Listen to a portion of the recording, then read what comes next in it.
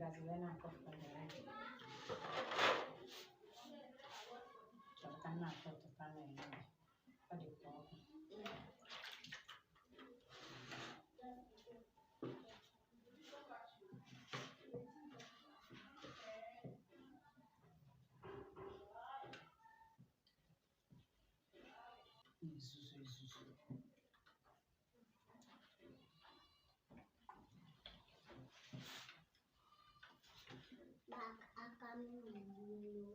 Mawasi so wepaka kona za supe.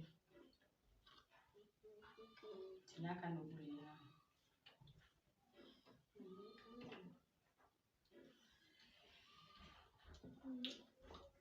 Libe.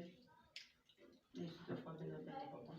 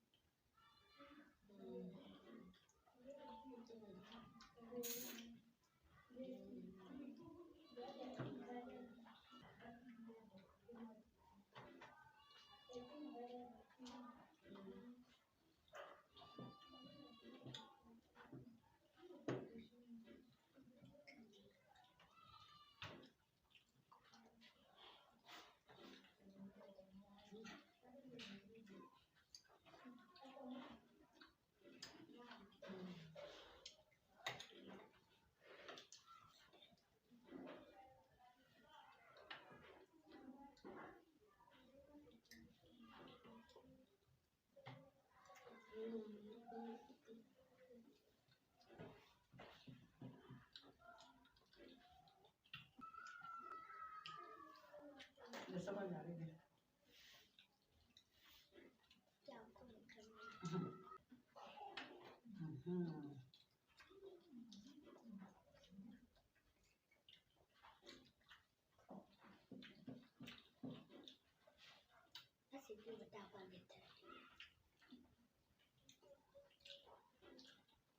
Baba wata tabite kitchen anje koto kamera.